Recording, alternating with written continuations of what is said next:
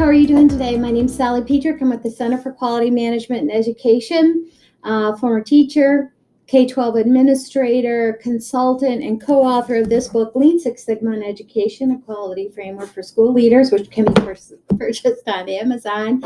We have been talking about a series of objections, and we will continue to cover them over the next few weeks, or arguments on why this doesn't work in education. And they're just common ones that I've heard. And the next one, or the one today, is it can't work in education. It only works in manufacturing. So it's true, it started in manufacturing, so there's a little bit of that, but it has since crossed over since the 80s into service industries, healthcare, government, post office, fire departments, all over has been using it. So education, although it is in the public sector, can implement and receive the benefits of a quality management focus.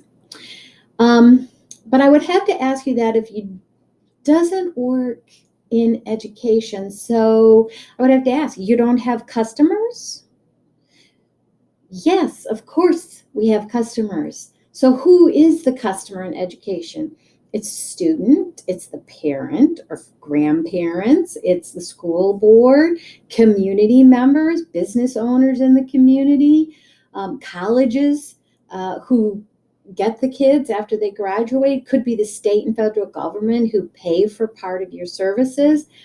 Internally, it could be other teachers. I was K-1 too, so it would be the next teacher up from me who got my kids. They were the customer. What do they need? So yes, you could say, I usually hear that, well, if we just want to ask the customer, the kids are going to say they don't want any homework. Yeah, they are. They're kids. That's what they say. But what can we do? Can we show them a path to say, if you do this, this, and this, you will not have homework. But if you don't do it, you're going to have homework to do. We can help educate the kids and the parents to show them that they don't have to have homework. I never gave homework unless the work didn't get done in the classroom. Then they owe me some time because they were disruptive. But it has been used, and it has crossed lines from manufacturing to service industry for decades. And it is well documented, the benefits of use in manufacturing and service organizations and public and private organizations, because the government is using this with quite success. Thank you for tuning in for the quality tip today. Give us a thumbs up, hit share. Subscribe to our link if you want our daily quality tips. Thank you very much. And don't forget, hop on over to Amazon and get Lean Six Sigma for Education, a Quality Framework for School Leaders. Have a great day.